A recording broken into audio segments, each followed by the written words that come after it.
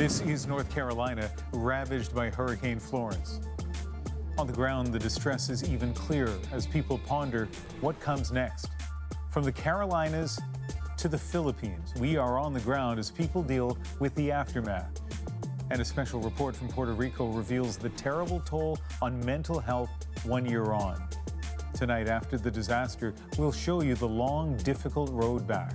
We're also following political drama on both sides of the border.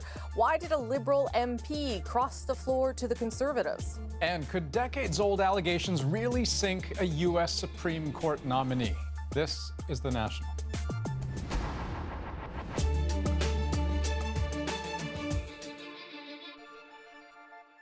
Call it the unofficial launch of the next year's campaign, election campaign. MPs are back for the last fall sitting before Canadians hit the polls. Yeah, it's happening that soon. But one rookie MP dealt a surprise blow to Justin Trudeau, defecting from the Liberals to join the official opposition. David Cochrane has more on the Conservatives' move designed to set a new tone for the year ahead. Undermine the government. She says her complaints were met with silence, but everyone heard them today. After careful and deliberate consideration, I must withdraw from the government benches to take my seat among the ranks of my Conservative colleagues. On the first day of the fall sitting, Leona Alislev changed where she was sitting, crossing the floor to thunderous applause. I wish her well in her decision. I'm looking forward to getting back in the House to talk about what we're going to be doing for Canadians, what we've been. The Prime Minister didn't say much, but Alislev says the Prime Minister is the problem, arguing he has failed in all the key areas. Tax reform, comprehensive foreign policy, defense and security. But there were no signs of those concerns in any of her social media posts, which often celebrated Trudeau, raising questions as to whether this was really about math. In 2015, Alislev won her seat over her Conservative opponent by just over 1,000 votes. But in this year's Ontario election, those same voters made a hard right turn and voted overwhelmingly to elect a progressive Conservative. It's truly not about that. It's about being able to look my constituents and look myself in the mirror. Whatever the motivation, it gives Andrew Scheer a bilingual female MP from a suburban Toronto riding he badly needs in order to win the next election. It also gives him a sales pitch. For all those Canadians who supported Justin Trudeau in 2015 and are dissatisfied or even angry about the leadership that he's been giving, the Conservative Party needs you. It's not clear if they can get more, but today the Conservatives got one they could gloat about. Oral questions. And made sure her new seat was in a prime spot on camera every time Scheer spoke. David Cochrane, CBC News, Ottawa. Now, the Conservatives probably needed a win, and they certainly needed to reclaim the spotlight. That's why the timing of today's announcement was hardly a coincidence. For weeks, Scheer has been overshadowed by the man who quit the Conservatives and declared the party morally corrupt. Today was Maxime Bernier's first chance to sit in his new seat with his new party name. Instead, Bernier was put firmly on the back bench and the back burner. The Prime Minister's summer of failure wasn't just about pipelines. It also included his lack of a plan to deal with the illegal border crosser crisis. Today was all about the official opposition, and what they are arguing are the mistakes of the government. It is part of the story that Conservatives want to tell all this year leading up to the next election. The Prime Minister says it's not a sign of a bigger problem. It's a very sort of, okay, one team lost a member and it went to the other side. It can be an indicator of larger things. It can be just what it is, and we'll just stay focused on the things that we're focused on doing. But the Conservatives are hoping that for Canadians, and even, yes, for this one former Liberal, there is now another party to consider. And for today, that was win enough for them. Now to those powerful, deadly storms. Millions of people have had their lives turned upside down and are picking up the pieces. Tonight, we have their stories. In the Carolinas, thousands are still stranded by floodwaters, and those rivers keep rising. And in Puerto Rico, a year after a devastating hurricane, how people there are still struggling to cope. But let's start in Asia, where Typhoon Mangkhut has killed at least 4 people in China and many more in the Philippines. There, at least 65 people are confirmed dead, and then there are the missing. A horrific landslide came crashing down on one small mining community. And today, our Sasha Petrusek was there.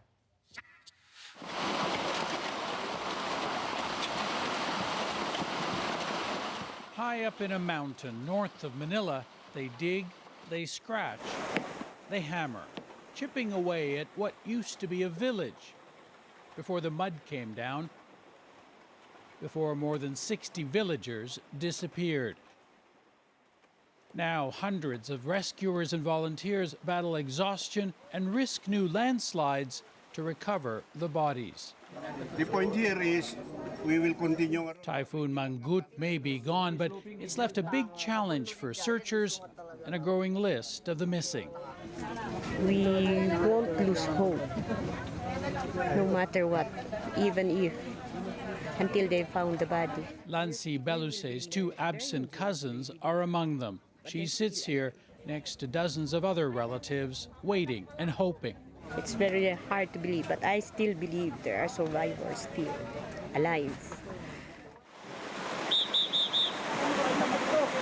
Nearby, there is a shout, frantic shoveling, and another grim discovery.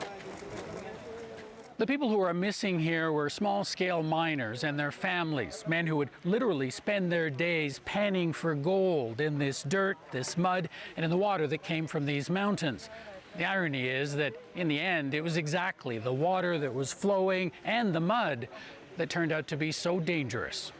There's no survivors anymore, as you can witness. So Jesus Yango is the local fire marshal. He says his men came to plead with the miners to leave before the storm. but they insist to stay here.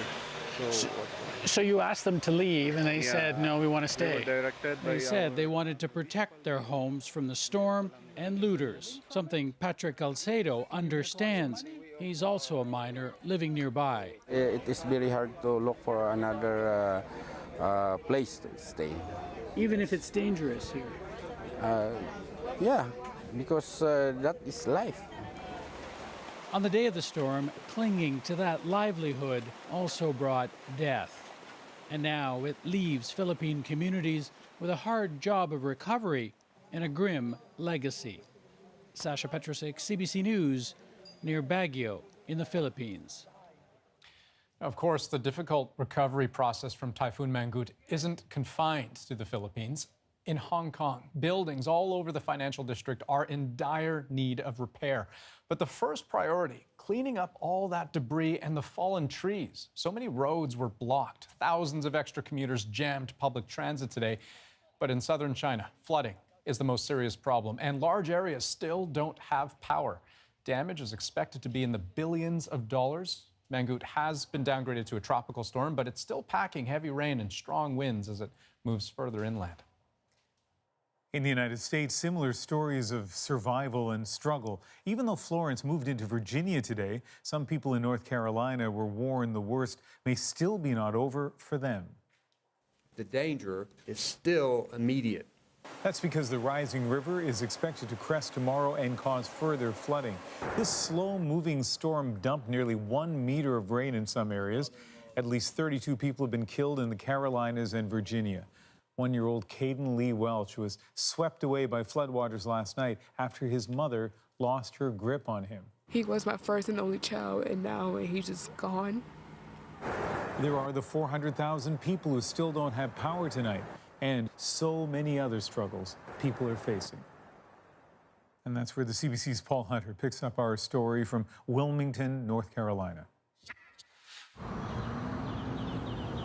3 days after Florence made landfall in this state, and consider the lineup today at one of the few gas stations finally open in Wilmington, North Carolina.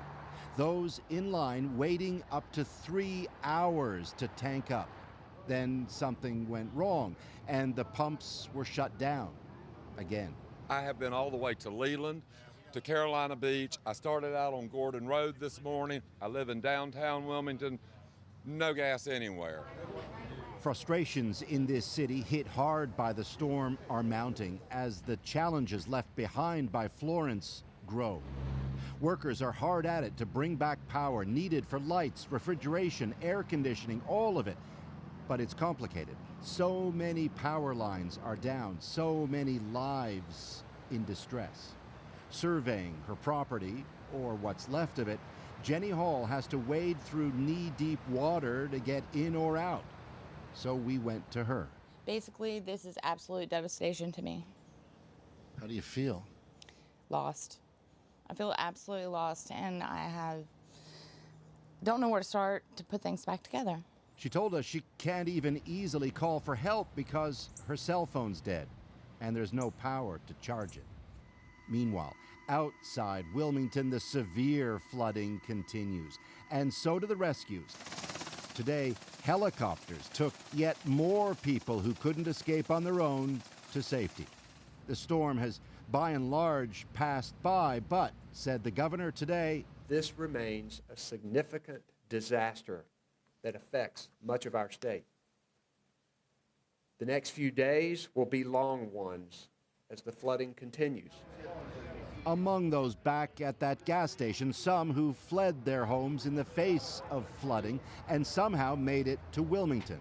Willie Sloan told us now he doesn't have enough gas to get back. I wasn't going to stay in there last night with that water still rising. It was almost to my house. So I'm trying to get out there now to see how much damage was done. You need gas to get out to see whether you still have a house. Yeah, that's right. And then I try to find a way to get there. Not long after we spoke with Willie Sloan, Ian, he gave up. And with what little gas he had left, he turned around and drove off. That's the way it is here these days. Long lines, long days, so much uncertainty. Paul, I would understand if people were angry and frustrated, but how are people handling it? We've encountered remarkable positivity, remarkable generosity. I'm not going to say tempers aren't flaring, and we saw some of that at the gas station today. Police told us there's been some looting, that kind of stuff happens. But by and large, positivity. We were walking down the street today, there were the fallen trees and down power lines and flooding, and a woman came up to us who had lost power in her house and whose fridge was no doubt full of food that had gone bad and her life was upside down, and she offered us bottled water because she thought we might need it. We didn't, but she offered it. The people we met yesterday who had been rescued from that village that was fully submerged, water up to the rooftops, they had their life possessions in garbage bags. Nobody was freaking out. Nobody was screaming. Nobody was angry. They told us that they had what was most important, and that was each other. Jenny Hall, who was the woman on the steps of her house in the piece that we just saw, who was despondent, right? Everything was terrible in her world. And after we chatted with her, I said, you must feel helpless. And she said, yes, I do. Helpless, but not hopeless, because I'll get through it, she said. And I think there's a lesson in that for all of us. It is all very impressive, as has been your reporting. Thank you very much, Paul. Pleasure. Florence is bringing back painful memories for people in Puerto Rico, devastated by Hurricane Maria nearly 1 year ago. But for many, it must feel like just yesterday, the island coming to grips with an emerging mental health crisis. When you hear these stories and you hear what people are going through, it weighs a toll on you. I just get, because it's hard. It's hard. We go in depth with a report from Puerto Rico. That's coming up later on The National. In Washington, a vote on President Trump's Supreme Court nominee, Brett Kavanaugh, has been put on hold, delayed by the allegation of a decades-old sexual assault that came to light for real on the weekend. A university professor says Kavanaugh assaulted her when they were teens. Now they will both testify at a public hearing next Monday. Keith Bogue now on what it means for Trump's nominee. She should not be insulted. She should not be ignored. She should testify under oath, and she should do it on Capitol Hill. The first sign of how the day would unfold came when the president's counselor, Kellyanne Conway, said Brett Kavanaugh's accuser deserved a hearing. And Judge Kavanaugh should also testify as to these 36-year-old allegations. Do you think he should? Next, Kavanaugh himself left home and headed to the White House, where he reportedly spent hours on the phone to various senators telling them his side of the story. Kavanaugh's accuser is Christine Ford. She says that when she was a high school student, maybe 15 years old, a drunken Kavanaugh, a couple of years older, attacked her in a bedroom at a party. She says he pinned her down on the bed, and she feared he might accidentally kill her. He had his hand over her mouth, and she was having a difficult time breathing. And he is larger, and he was pressing his weight against her. And so inebriated, he was ignoring the fact that she was attempting to scream and having a difficult time breathing. And she believes that but for his inebriation and his inability to take her clothes off, he would have raped her. Kavanaugh at first said it never happened, then today said he wasn't even at the party Ford described. But key Republicans believe the allegations need investigation. Obviously, if Judge Kavanaugh has lied about what happened, that would be disqualifying. It was no surprise when the president put the confirmation vote on Kavanaugh's nomination, scheduled for Thursday, in doubt. If it takes a little delay, it'll take a little delay. Then he suggested Democrats have been sitting on the story, waiting until the last minute to disrupt Kavanaugh's confirmation. I wish the Democrats could have done this a lot sooner, because they had this information for many months, and they shouldn't have waited till literally the last days. They should have done it a lot sooner. Senate Republicans are making a point of that, too. It is an accusation which the ranking member of the Committee of Jurisdiction has known about for at least 6 weeks. Known about for 6 weeks. Yet chose to keep secret until the 11th hour. Keith joins me now from the U.S. Capitol. How much truth, Keith, is there to this accusation that the Democrats have actually been sitting on this story for weeks in an attempt to actually derail the nomination like this? Well, it's true that Senator Dianne Feinstein has known about this since July the 30th. But Christine Ford's attorney says it was always up to her client to decide whether she wanted to go public, and at first she didn't. When the story leaked last week, though, she decided it might as well come out in her own voice. And how much trouble is Kavanaugh's nomination in now? Do you have a sense of that? Well, this is serious. Kavanaugh has now said he wasn't even at the party where the alleged assault took place. And that's something that might turn out to be easily disproved. Plus, when they testify Monday, it's going to be a spectacle. And it'll be up to Republicans to challenge the woman's credibility, and that sometimes turned out to be not a very good look for them. And it's especially risky when elections will be just 6 weeks away. All right, Keith Bogan, Washington Tonight. Thank you. Let's take you through some of the other stories we are tracking live tonight on The National. Starting down south with a move by the Trump administration to slash the number of refugees allowed into the country. The new cap, 30,000 refugees for the entire 2019 federal fiscal year, which starts in the U.S. next month. That's a sharp drop from 2016 when Barack Obama set a cap of 110,000 refugees. The child was conscious, taken to hospital, and examined and reunited with her family. Relief in Saskatchewan tonight after a 6-year-old girl was found safe. Her disappearance sparked an Amber Alert, but she was found this morning alone in her family's SUV. It was stolen last night at a strip mall just a few kilometers away with the child still in the back seat. But now, as you heard, she's back with her family and her mom says she's sleeping soundly. Police, meanwhile, are looking for a suspect. Still ahead on The National, our Joanna Emiliotis checks in on the people of Puerto Rico 1 year after Hurricane Maria left them devastated. Plus, we've talked a lot about whether this country is ready for pot to go legal a month from now. But tonight we ask the question, are businesses the ones rolling the dice? And immigration continues to be the hot issue leading into the final weeks of the Quebec election. They can't just walk in at the border and we accept them like that. They have to go through like what we all did, like all the other immigrants did.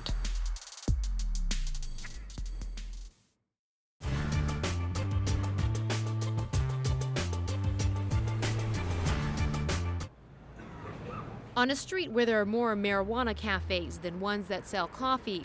Gotta find what you like. It's not surprising the idea of legalizing pot is an easy sell. It's actually happening. There's nothing you can really do to control it, and you're gonna still go back and do it anyways, so why not legalize it?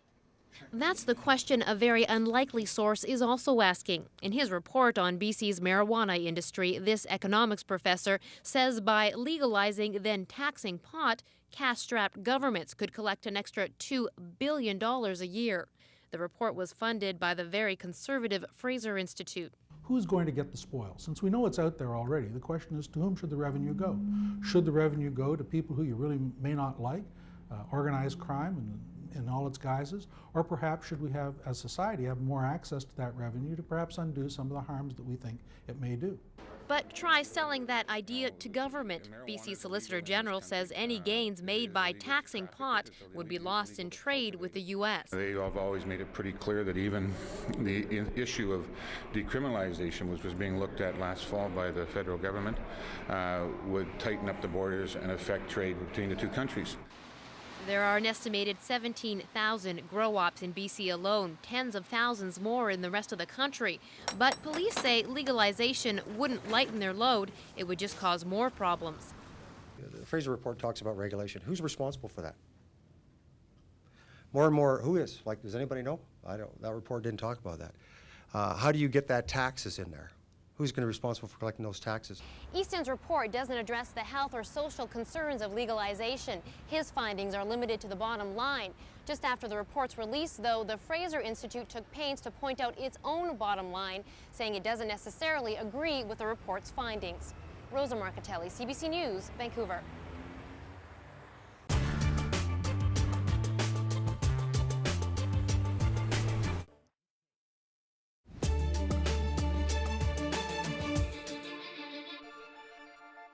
With just 2 weeks to go now before Quebec's provincial election, voters saw something new tonight. The first ever televised debate in English.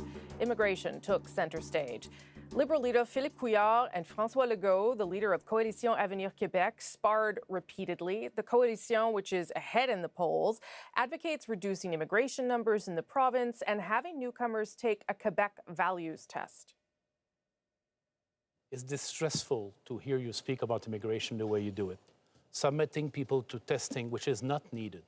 Threatening them and their families with expulsion. That's right. Threatening them with expulsion. Incredible. And if they don't, what is incredible? You never said that. What you say is unacceptable. Oh, yeah? It's your program, You cannot discuss in a calm way No. about better integration. I'm going to say, you had a failure. I'm going to say, Mr. Legault, very leave. calmly to do that your policy is not acceptable. Yeah. Submitting Right. immigrants to testing and expulsion is the opposite of what we can do. What we say is that we better receive 40,000, have a better integration, don't lose 26%.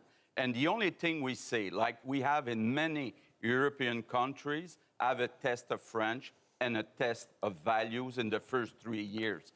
It's reasonable. It's done in other countries. They so why don't expel is them. Mr. They do Lisée not and Mr. expel Couillard them. saying that Okay, it's scandalous? we're out of- We have that in Europe.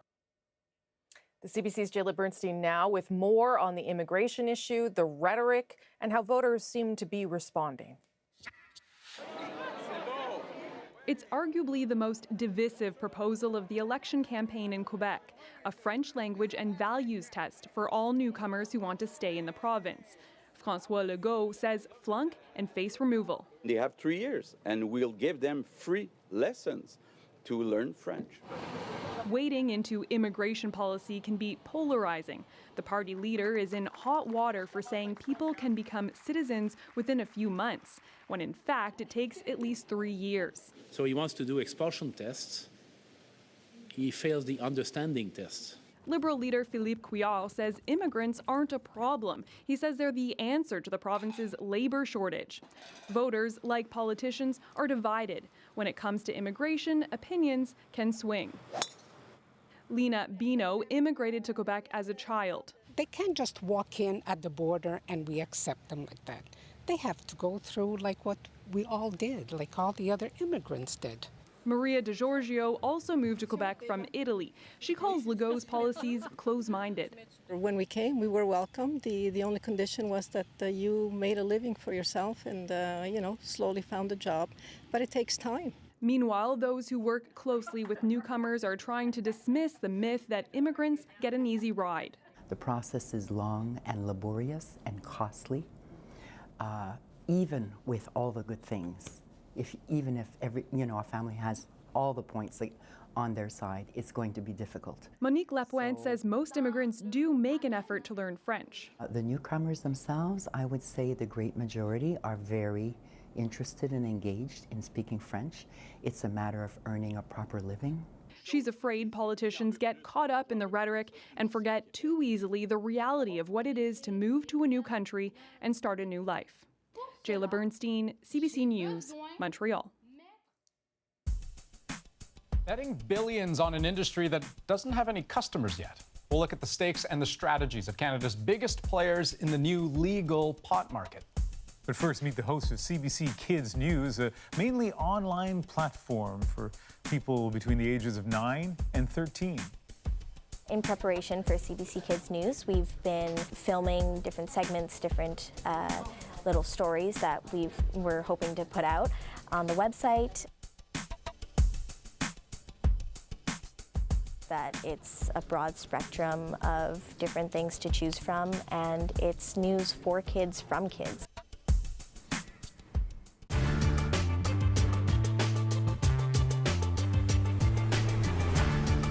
Being on the receiving end of obscenities is all too common for female reporters.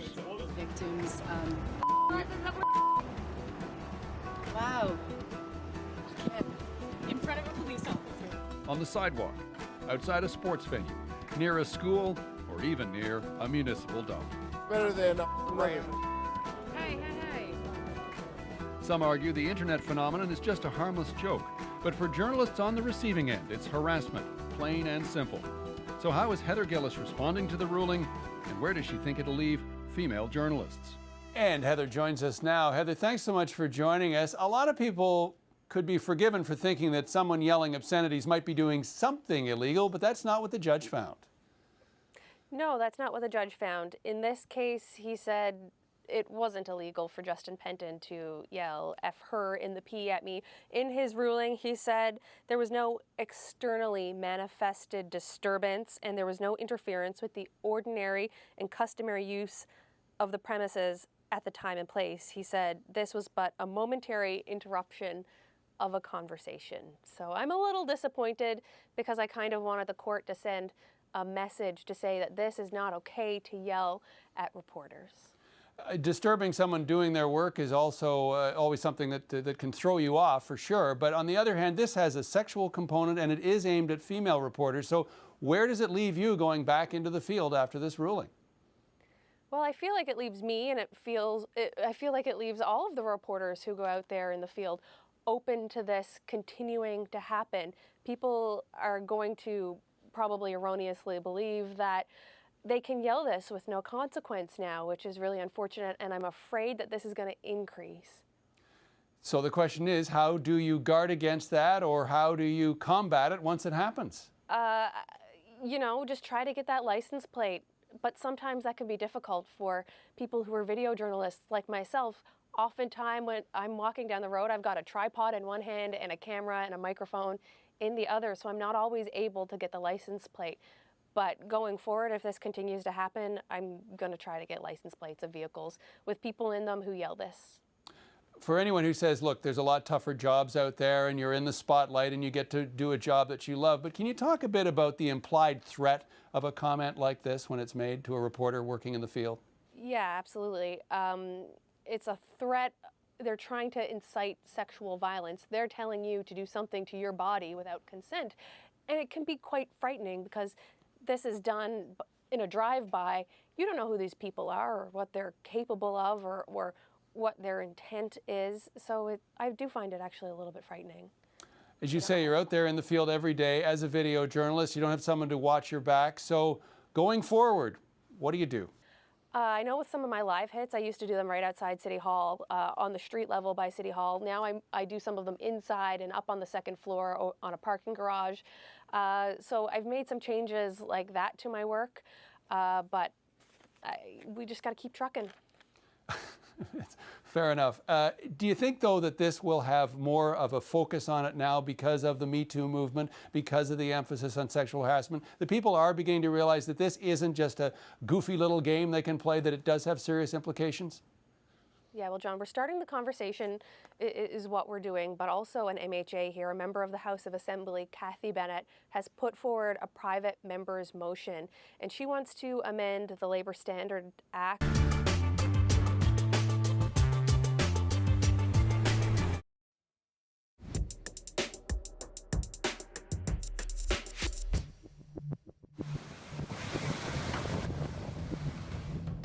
Nearly a year ago, Hurricane Maria tore into Puerto Rico. The Category 4 storm packing winds of 250 kilometers an hour. It devastated the island, leaving much of its infrastructure in ruins and most of its 3 million residents without power for months. So as the one-year anniversary approaches, many Puerto Ricans are feeling not only devastated, but abandoned.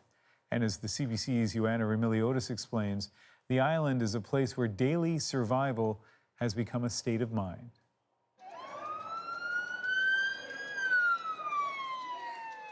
They burst into the morning, caricatures of an island in crisis. We're here to bring them a little hope. We give them a little happiness, a little joy. A year after Hurricane Maria devastated Puerto Rico, a quiet emergency is still unraveling. This health fair, complete with Disney characters, is all about breaking the silence that comes with it. We're at the peak of the hurricane season. So if you hear anything about any kind of a storm, it gives you like a flashback. Our job is to let them know that they're not alone. There is a natural inclination to measure progress in power. But while electricity has been restored for the most part, it remains fragile, and an enduring trauma lies in the emptiness in what was. On the eastern coast, an area razed by the eye of the hurricane, what is still missing so many months later is the gift of normalcy. Come on. So this is your home. You have no roof. Watch your step there. Where's everything? That's what I got. I did that myself because I was getting the kitchen a lot of water. In Aguabo, we meet Angel Luis Sandoyal Mendoza, a man whose story hasn't changed. If everything blew off with Maria? Everything blew up. So this is your kitchen? Yeah, that way I cook. Oh my goodness. What's it like living like this? It's bad, but I mean, what can I do? It's been a year of living alone in what's left of his home. You want to go inside? Yes. He rarely sleeps, afraid of burglars. What does it do to your state of mind, like to how you're feeling? I don't know. I try not.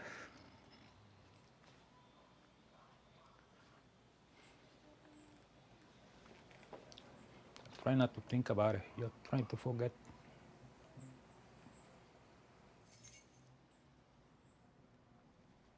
Angel is one of the hundreds in this area alone, still waiting for government aid from FEMA, the U.S. agency in charge of the recovery effort. FEMA won't provide money without the deed to the house, but the home has belonged to his family for generations. There's no way for him to get it. I've been able to reevaluate a lot of things, and this morning we contacted FEMA to see if they can reevaluate. Yeah. Jerry Kirkland is in charge of emergency services in Aguabo. He's trying to help Angel navigate what often feels like an inhumane bureaucracy.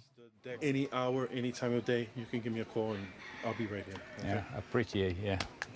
Thank you. Don't worry, you're not alone. We'll be here. Yeah, all right.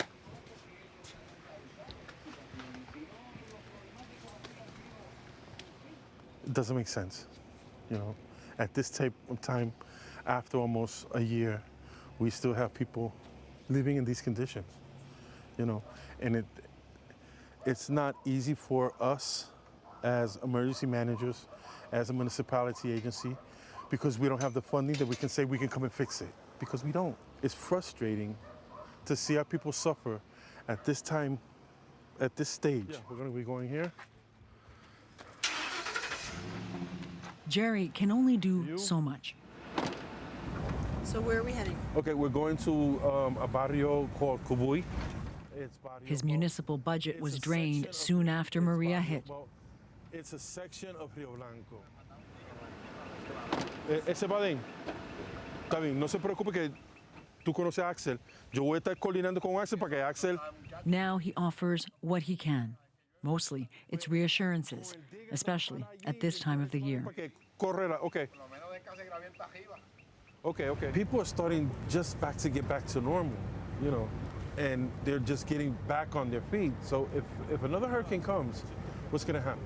And how are we going to deal with it? Right now, my concerns are the mental health of the people. How are they going to take it? You know, we drive higher and higher into the mountains. I'm going to show you the road that was very badly damaged. And stop where a landslide dropped massive boulders. Where there was no way that they can pass by.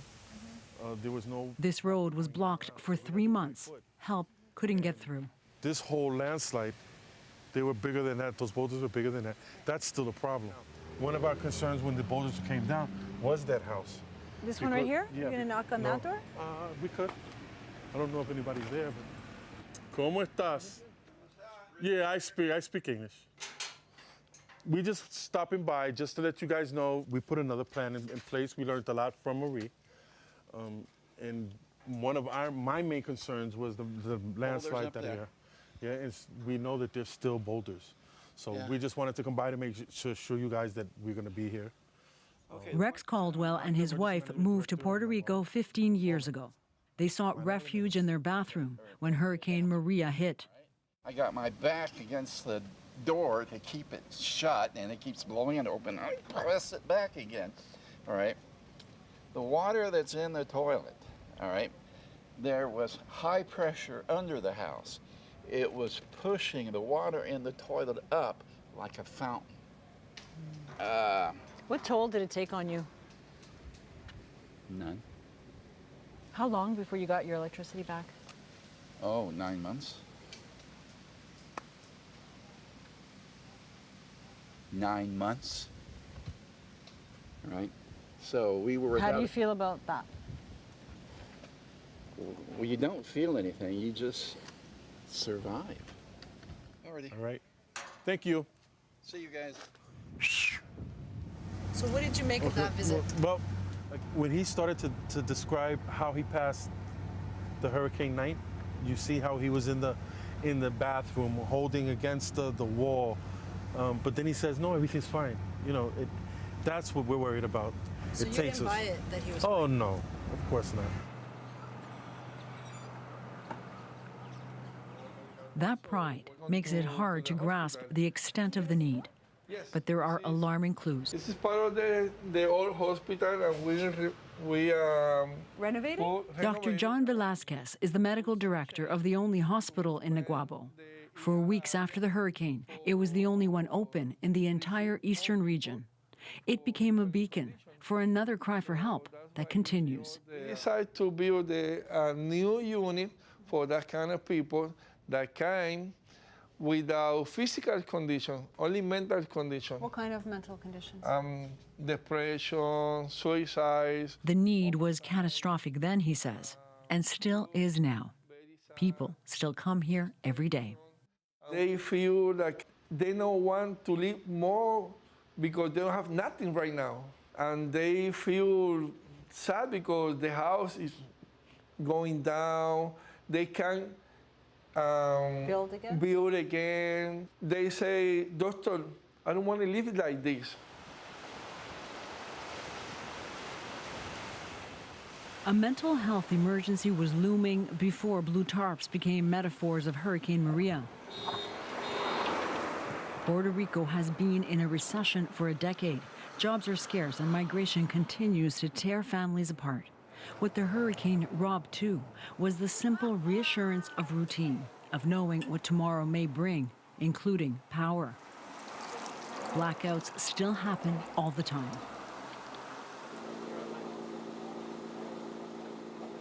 In the next town over, in Yabacoa, a U.S. military medical mission winds down. It also offered mental health support. We know that many more people will come out with some symptoms and other conditions, mental health conditions. Saludo, buenos días. A psychiatrist by training and a native Puerto Rican, Colonel Victor Toraño believes the worst is yet to come because many are still processing the trauma. Look at this. This is... These anonymous questionnaires, he says, reveal a lot. Lost my job, lost my home, lost my car, clothing. Do you have any emotional conditions? No. I feel like I want to disappear. Wow. But I have been able to maintain control. So again, Wanting to disappear, that's pretty severe. Absolutely. In their minds, they normalize how they feel. They think, that since everyone's feeling the same as they are, they do not need to seek help.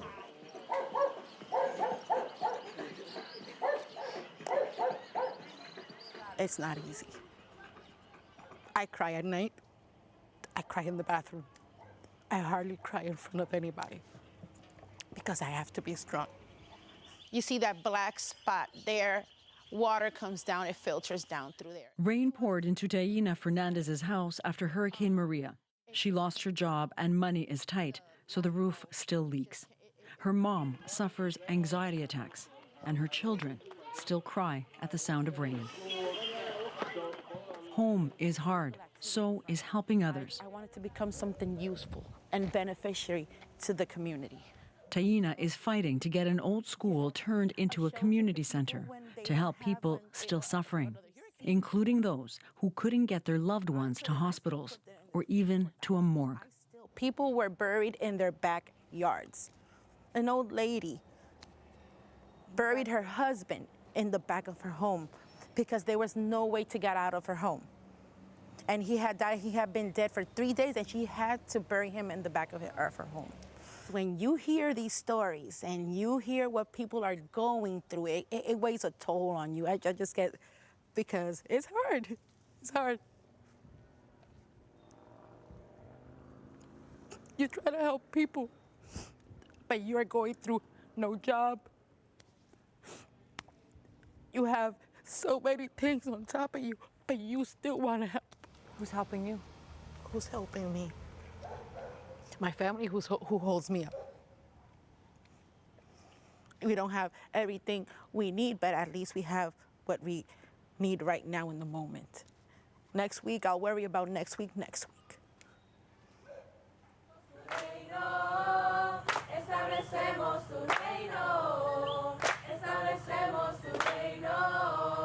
Tests of faith, they're everywhere you look.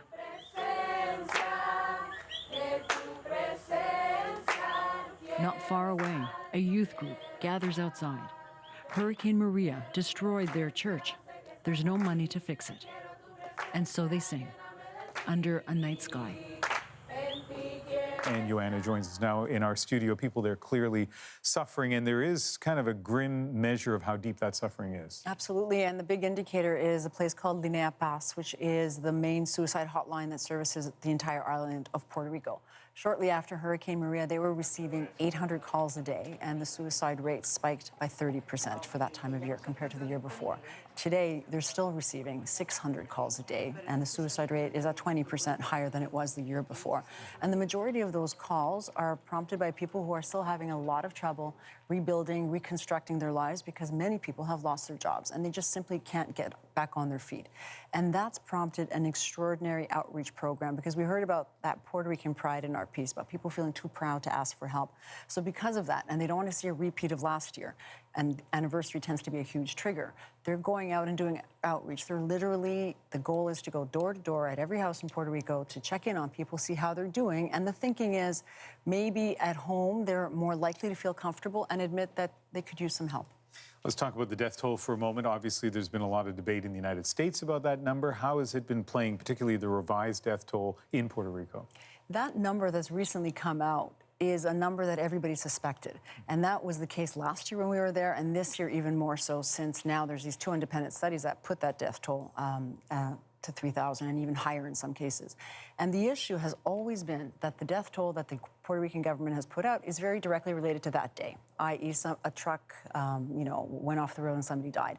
But the bigger issue, and the one that's a really heated one, especially with Trump's comments, is about the fact that the recovery rate was slow. And that was why people couldn't get to hospital to get to dialysis treatment, for example, or roads were washed out for weeks. And that's at the core of the issue now and remains a very heated debate. Okay, thanks, Joanna. Thank you. There are signs of recovery in Puerto Rico, especially in the capital of San Juan. Major hotels have reopened. Tourists are trickling back, and in one corner of the city, our crew caught this scene of resilience.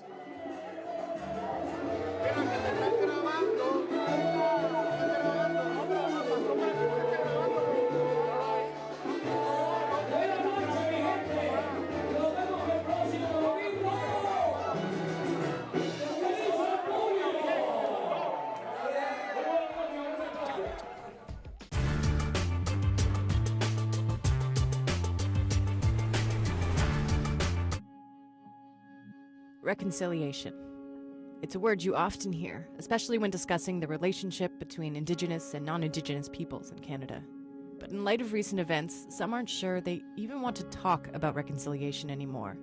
When a 15-year-old Anishinaabe girl was found dead, dumped in a river and no one was held responsible, and a young Cree man was shot dead and the shooter was acquitted. Both of these recent cases have re-exposed a deep rift between Indigenous and non-Indigenous peoples in Canada. It's a divide that goes back hundreds of years. When Europeans arrived in North America and began settling the land, they didn't stop at just taking land from Indigenous peoples. They brought with them a policy to snuff out the so-called Indian problem. The first Indian residential schools started opening in the 1870s, the beginning of what some have called the darkest chapter in Canadian history. What took place in residential schools amounts to nothing short of cultural genocide. By 1920, the Indian Act was amended to make it mandatory for status Indian children to attend residential school. When their parents refused to send them away, police showed up and forcibly took them. It's estimated that 150,000 children were taken from their families and placed in these schools where they were stripped of their culture and their language. The goal was assimilation, to quote, kill the Indian in the child.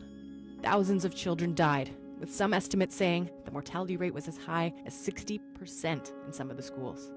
Those who survived have shared horrific stories of physical, sexual, and emotional abuse. The last residential school closed in 1996. The impacts of those institutions are still palpable today. Indigenous communities have shown incredible resilience in the centuries since Europeans arrived, but the impacts of intergenerational trauma and colonization still run deep. In 2007, the largest class action settlement in Canadian history recognized the damage inflicted by residential schools. Canada formally apologized the following year.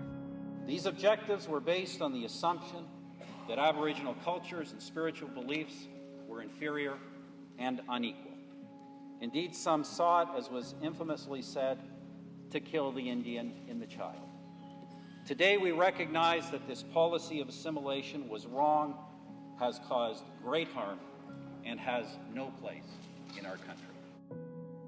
The residential school settlement agreement established a multi-billion-dollar fund to support survivors in their recovery. One of the outcomes of this agreement was the Truth and Reconciliation Commission. The commission traveled across the country and heard testimony from thousands of residential school survivors. In 2015, the commission produced its final report. It included 94 calls to action, calls meant to redress the legacy of the residential school system, and hopefully lead to reconciliation. So what's changed since then? Some ask if this country has even grasped the truth of our shared history. What actions have been taken? How far have we come? Indigenous people currently account for roughly 5% of the population, and yet nearly half of all the children in care in this country are Indigenous. More than a quarter of the adults locked up in prisons are Indigenous. The National Inquiry into Missing and Murdered Indigenous Women and Girls may be well underway, but the deaths and disappearances continue today. It's time to take a hard look at this country's progress on reconciliation.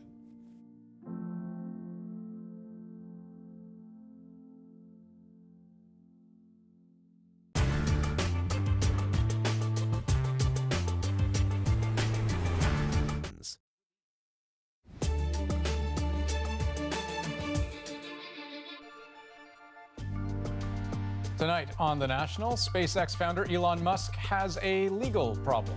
The British cave diver, who he called a, quote, pedo guy on Twitter, is suing him for defamation.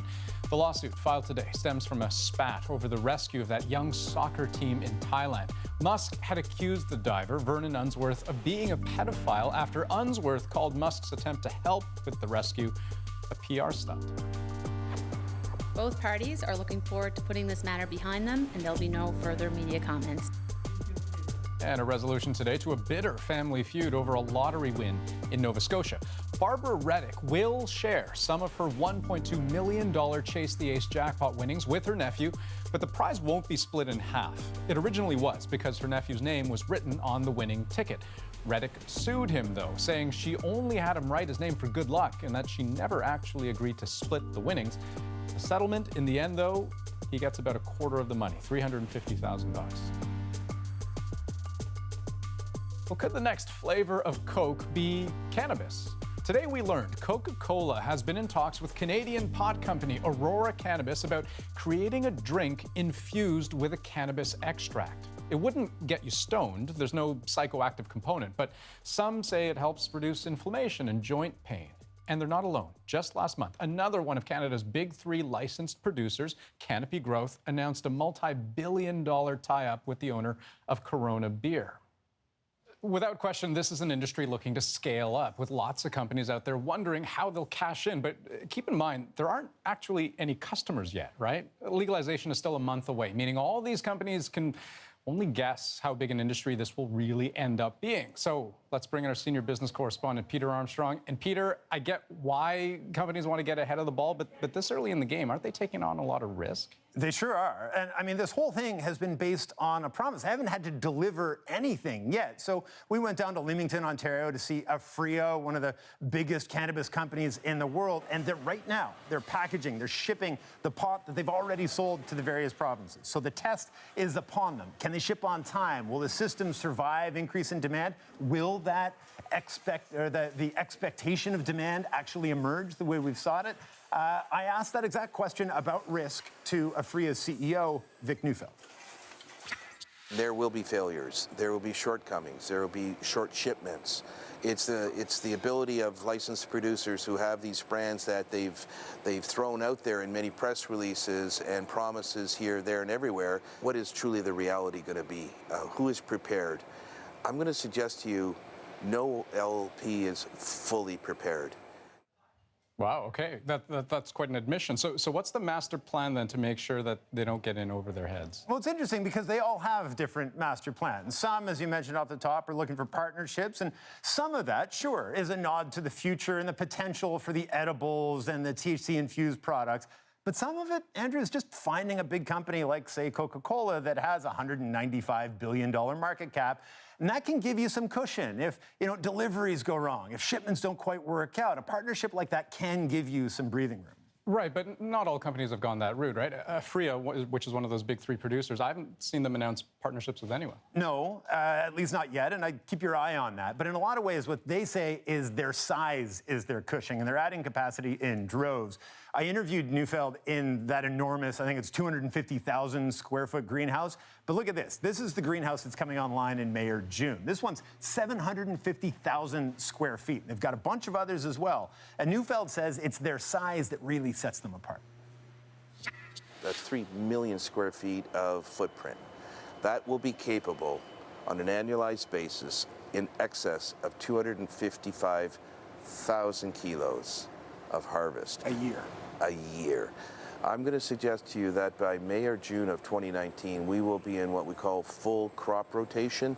That means every greenhouse square foot I just described will have plant at certain life cycles to it. We'll be kicking out in excess of 20,000 keys a month. A month. A month. 20,000 kilograms. So what he's saying is they're all in. They're definitely all in, and they're just going to try to bring that cost down. Now we get to see, will it actually work? Peter Armstrong, good to talk to you. You bet. Our moment of the day is up next. Stay with us.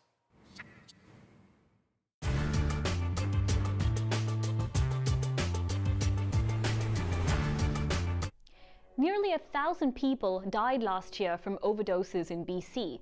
That's a huge spike in numbers from previous years. Many of those deaths have been linked to fentanyl, a game-changing opioid that's 100 times more powerful than heroin. But how is this powerful drug reaching users? According to border officials, China is the main source of fentanyl coming into Canada. Canada's economic and social ties with China create ample opportunities for small packages to get smuggled into the country through shipping routes or via the thousands of visitors to BC each year. A simple search of buy fentanyl online produces numerous sellers, including one foreign pharmacy that promises 100% anonymity and privacy. The suppliers often place the drugs in decoy packaging, promising undetectable parcels packed carefully with tungsten and carbon papers that can easily pass through customs X-ray machines and onto planes bound for Vancouver. Sometimes fentanyl has been found hidden in shipments in Vancouver's air cargo operations. But the majority of fentanyl seizures in British Columbia happen at the Vancouver International Mail Centre. Border officials can only open mail that weighs more than 30 grams and need the importer's permission to open smaller packages. Once fentanyl is in Canada, it's trafficked by drug cartels and gangs, and also by loan operators into the black market. Since most of the fentanyl coming into the country is in powder form, it's pressed into pills here. As for where the demand for fentanyl is coming from, the users are pretty diverse. Fentanyl is cheap to make, so distributors have been lacing drugs with it to give their users an extra kick. The drug affects not only people dependent on prescription opioids, but also severely addicted illicit drug users and recreational users who aren't aware that it's been cut into their drugs. That's why it's claimed the lives of people in the downtown east side and also teenagers from affluent neighborhoods. So what is being done to choke the supply and demand chain? While China and Canada have agreed to coordinate policing efforts to crack down on illicit fentanyl and other opioids, we just don't know what that will look like yet.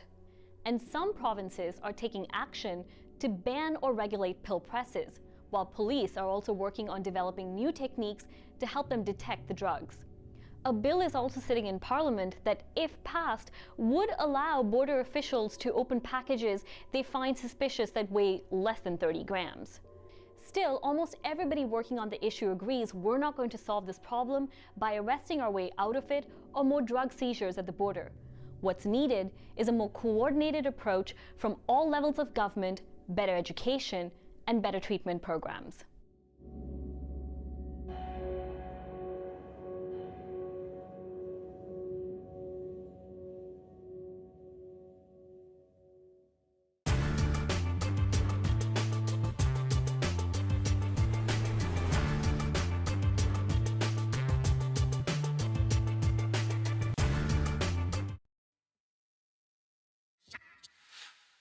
When you think of strong, pioneering Canadian women, you might think of writers who've expanded our minds, diplomats who've raised our international stature, great legal and political minds who've made life more just. What doesn't come to mind, well, for most of us anyway, is the idea of taking those achievements and slapping them onto women's lingerie.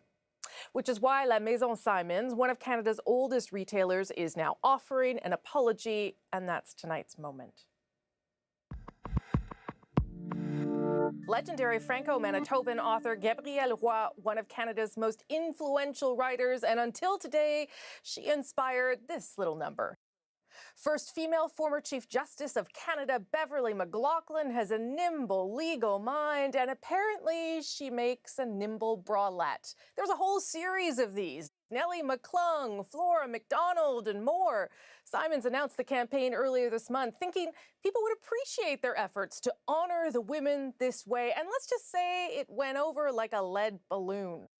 Simons has since apologized to McLaughlin, the only living inspiration in the series, and says it will help raise money for women's shelters. And, in the first line of that apology, the company did try to briefly explain what they were trying to do, acknowledge the historical significance of these pioneering and inspirational women. But I do have a hard time imagining how they could have arrived at that point without realizing how badly all of this might have turned out, that maybe it would be interpreted as reducing their accomplishments to a piece of lingerie. I don't fully understand it myself. Both of you have lived in Quebec. Both of you know the Simons chain, although they are national now too, family run for many years. And It'll be interesting to see how the apology plays, because I thought they handled that part well, and they just said, you know what, we made a mistake. We're destroying all materials, and we're meeting Rosie to see how we made this mistake. And as the only one here who has a bra, I can say it's not normal that they have names. And with that, I'll let you guys off the hook. I got nothing. That's the National for September 17th. Good night, fellas. Good night.